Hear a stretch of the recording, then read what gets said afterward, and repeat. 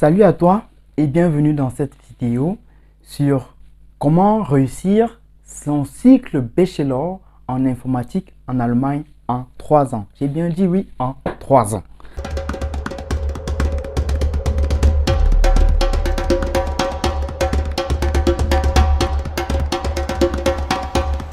Donc, on va tout de suite démarrer. Je vais te donner dans cette vidéo quelques astuces qui vont te permettre de réussir tes études avec brio en 3 ans.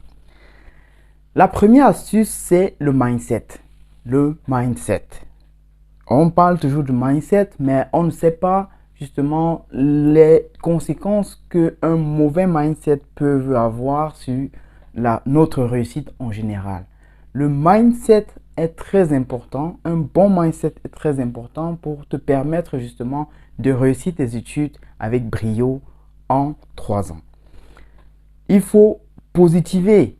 Donc, c'est-à-dire, tu dois être capable de te dire je le peux, c'est possible, d'y croire, de penser positif, de te dire je vais y arriver, tel qu'en soient les difficultés, tel qu'en soit ce que les uns et les autres disent. Il faut avoir un mindset très positif.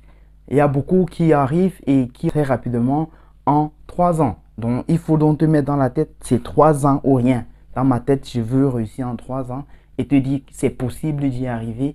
Travailler dur et tu y arriveras. Donc, ne te laisse pas berner par des gens qui vont te dire non, ne sois pas pressé, pourquoi tu cours et tout et tout. Non, non.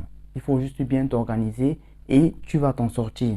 Donc, ça, c'était de 1, le mindset.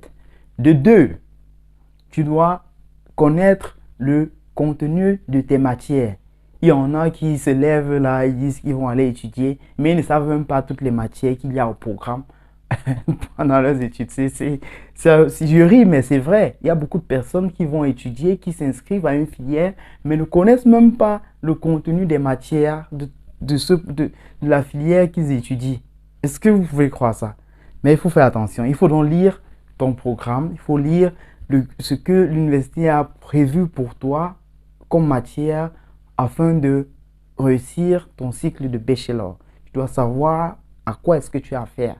Tu dois savoir le nombre de crédits points que vaut cette matière. Quelles sont les différentes choses à faire pour être éligible, pour avoir le droit de composer, de passer un examen. Donc ça, c'était pour la deuxième astuce, de lire le contenu des matières. La troisième astuce consiste en lire le règlement des examens. Beaucoup d'étrangers ne s'intéressent pas du tout au règlement des examens, alors que c'est très important de lire ce règlement-là. Moi-même, je n'ai pas lu, mais quand je me suis rendu compte que j'ai commis cette erreur, je l'ai lu et j'ai compris pas mal de choses. Donc moi, je conseillerais à toute personne de le lire dès le départ, de comprendre les règles du jeu, parce que c'est très important.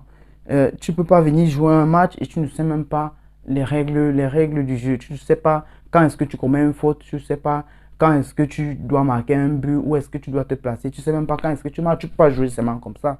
Non, tu dois connaître un peu les règles du jeu pour pouvoir t'en sortir. Donc là, ça c'était donc la troisième astuce autant pour moi. La quatrième astuce consiste à te connaître toi-même. Quand je dis te connaître toi-même, c'est connaître tes compétences. De quoi est-ce que tu es capable? D'où est-ce que tu viens? Qu'est-ce que tu as fait par le passé pour réussir tes études en informatique? Tu dois connaître un peu de quoi est-ce que, dans quel domaine tu te sens à l'aise. Est-ce les mathématiques? Est-ce l'informatique? Est-ce que tu te sens plus à l'aise lorsque tu lis des matières littéraires, tu retiens rapidement, ainsi de suite. Donc, tous ces éléments-là, tu dois déjà savoir un peu qui tu es, tu dois un peu comprendre d'où est-ce que tu viens, où est-ce que tu veux aller. Donc, la cinquième astuce consiste tout simplement à connaître ton environnement. C'est un point qui menace beaucoup d'étrangers en Allemagne. Ils ne connaissent pas leur environnement. Quand je dis connaître ton environnement, c'est-à-dire connaître ta famille, tes amis, tes collègues avec qui tu bosses, ainsi de suite. Tu dois un peu connaître ton environnement. Est-ce que cet environnement-là est propice? Est-ce que cet environnement-là te permet justement d'aller de l'avant? Est-ce que cet environnement-là serait un obstacle pour pour te permettre de réussir tes études en 3 ans comme tu t'es fixé? Donc, tu dois faire attention. Si ton environnement t'empêche d'y arriver, mon ami, débarrasse-toi. Non, je ne demande pas de te débarrasser de ta famille, mais il faut trouver un moyen de te mettre à l'écart de tous ces éléments-là qui t'empêchent d'avancer. Donc, ça, c'était pour la 5e astuce. La 6e astuce consiste à te procurer le matériel qui va avec les études que tu as choisies. Quand tu décides d'étudier informatique, tu ne décides pas là d'étudier Microsoft Word. Tu décides de programmer, mon ami. Tu décides de taper du code. C'est-à-dire, tu dois être en mesure d'avoir un PC, un ordinateur bien capable de supporter les exigences que tu auras pendant tes études.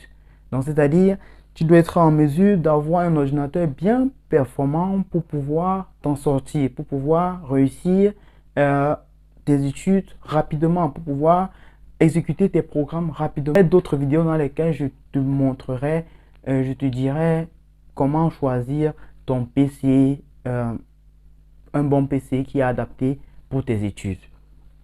Donc, ça c'était pour la 6e astuce. La 7e astuce consiste à définir ton plan d'études.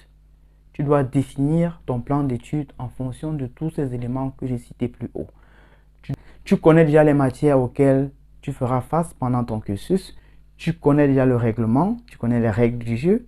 Tu connais également qui est-ce que tu es, d'où est-ce que tu viens, où est-ce que tu veux partir. Et tu connais également ton environnement. Donc, lorsque tu sais tout ça, tu es capable de définir ton plan d'études comme il se doit. Tu es capable de te dire, ok, tiens, je suis bon en mathématiques, je suis bon en informatique, je suis bon en matière littéraire, Betriebswirtschaftslehre, BWL par exemple. Je suis capable de commencer avec ces matières-là et par la suite engager des matières un peu plus difficiles. Ou alors te dire, je ne suis pas très bon en informatique. Si par exemple mon université a prévu que je fasse informatique au premier semestre, je dis, bon oui, je vais suivre d'abord le cours et le semestre, ce n'est qu'au semestre suivant que je le composerai. Mais en attendant, je vais me lancer à fond sur les matières dans lesquelles je me sens à l'aise. Je ne vais pas perdre du temps. Donc c'est comme ça. Donc, il faut donc essayer de définir ton plan qui passe avec ta personne, qui passe avec les challenges auxquels tu fais face chaque jour. Personne ne peut le faire vraiment à ta place. On peut juste t'assister, on peut t'accompagner, mais en fin de compte, c'est toi qui dois le faire. Donc, ceci dit, tu dois être en mesure d'identifier toi-même les matières que tu veux passer en premier et identifier les matières que tu aimerais passer à la fin. Je conseillerais vraiment de mettre les matières les plus faciles pour toi au début afin que tu puisses déjà gagner la confiance en toi lorsque tu démarres tes études, lorsque tu débutes avec tes études, pour pouvoir être dans le bain, pour pouvoir être plus confiant, pour pouvoir avoir ce tonus-là qui te permet d'aller de l'avant et qui te permet de ne pas hésiter et te dire que ah, je peux, je vais m'en sortir. Même si c'est difficile, je vais me battre. Donc, c'est un peu ça pour ce qui concerne planifier ses études. La 8e étape, qui est la dernière, c'est de faire face aux difficultés et de réajuster ton plan d'études en fonction des difficultés auxquelles tu fais face. Il n'y a pas de plan parfait. Aucun plan n'est parfait, mais tu dois être en mesure d'ajuster à temps.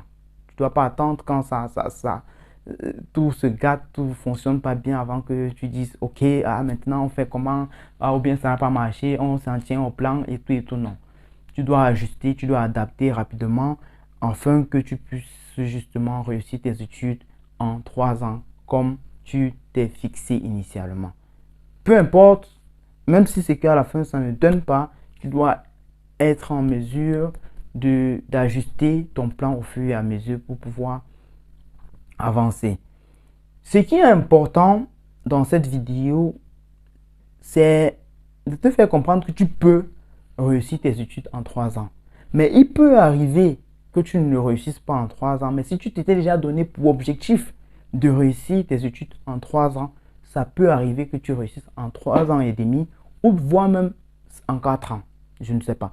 Ça dépend des difficultés auxquelles tu feras face. Mais il faut comprendre dès le départ que tu dois avoir un plan. Tu ne dois pas te lancer là comme ça et commencer à faire face, dire que on fonce seulement. Là où ça choque, on choque. Là où il n'y a pas de problème, il n'y a pas de problème. Là où il y a un problème, on se barre comme on peut. Non.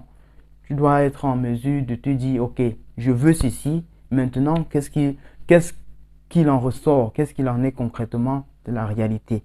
Donc, c'était tout pour les 8 astuces que je voulais partager avec toi pour réussir tes études de bachelor en informatique en Allemagne en seulement 3 ans, comme le prévoit ton cycle. Donc, si tu as aimé, n'hésite pas à partager, n'hésite pas à liker et à rejoindre notre communauté de IT Horizon afin de pouvoir réussir dans le domaine de l'IT en Allemagne comme il se doit. A plus pour une prochaine vidéo. On reste connecté.